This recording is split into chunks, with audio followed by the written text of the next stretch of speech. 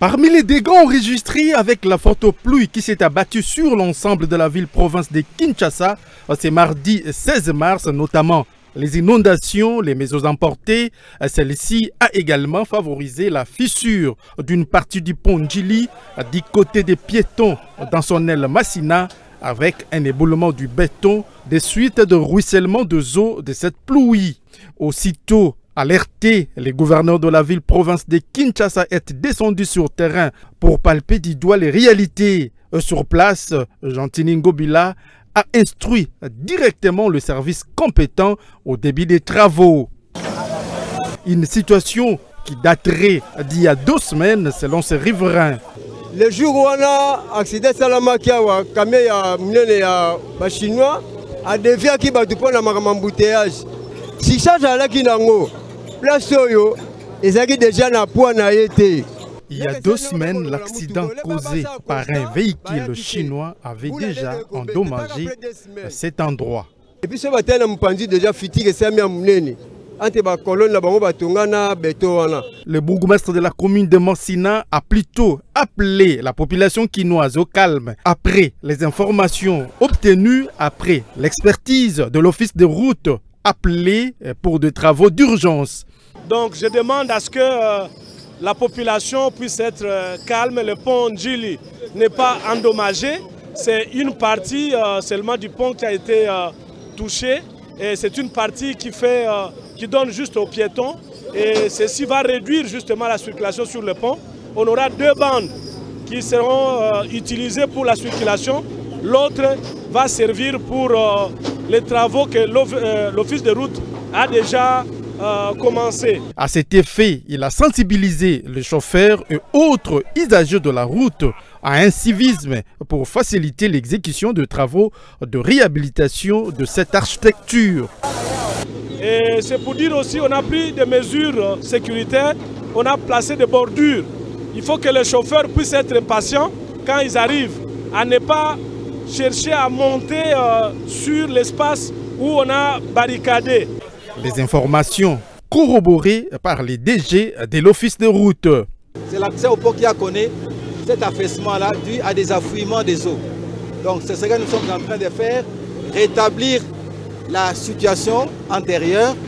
Nous allons amener des matériaux, nous compactons et puis nous remettons la chaussée pour que la chaussée reprenne sa forme d'avant. C'est ça que nous allons faire.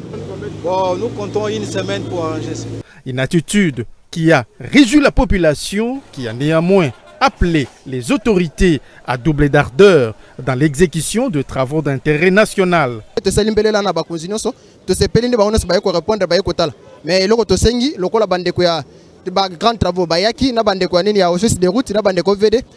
Nous sommes très contents que les autorités aient répondu à notre cri d'alarme, mais nous demandons seulement qu'elles soient très regardants dans l'exécution de travaux publics.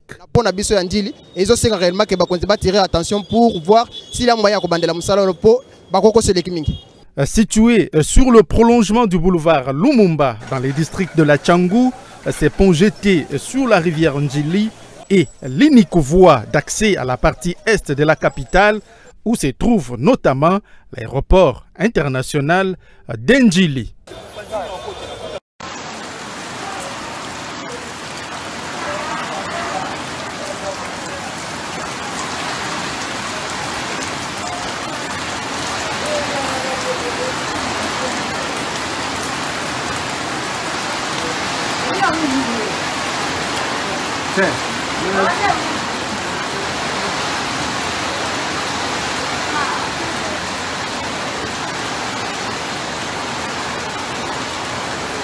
Au nom du Père, Yachichi.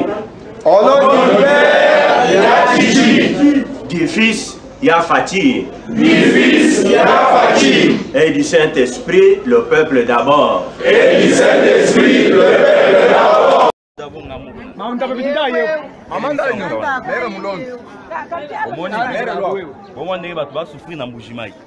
Juste 500 francs, 2 personnes. Il y a 10 geste pour ça, 500 francs, 2 personnes. Vous avez belé. Na qui nous notre c'est la même. T'as la biloko de la 500 francs 2 personnes. 500 francs 2 personnes. 500 francs 2 personnes. Au moins, au filmer na bon. 500 2 personnes. Mais bah député Bogota qui demande nga basi ki moka. Bah député Bogota qui.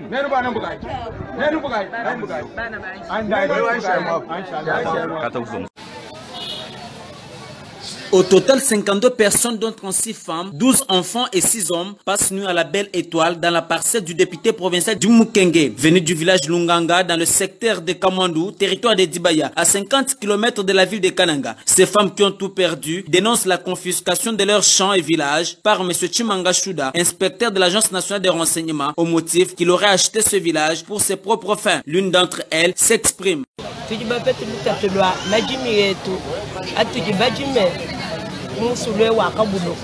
Nous avons traversé des difficultés énormes dans notre village situé à Kamwandu. C'est depuis 2013 que M. Chimanga Shuda nous inquiète jour et nuit sur notre propre sol. Nous avons beaucoup cultivé maïs, manioc et autres, mais au moment des récoltes, il nous envoie des policiers pour nous chasser en disant qu'il a acheté notre propre champ et village pour installer ses carrés miniers. C'est grâce à ça que nous prenons la charge des études de nos enfants et autres charges de nos familles. Et aujourd'hui, lorsqu'on nous confisque ces champs, nous irons où? Nous exigeons notre terre.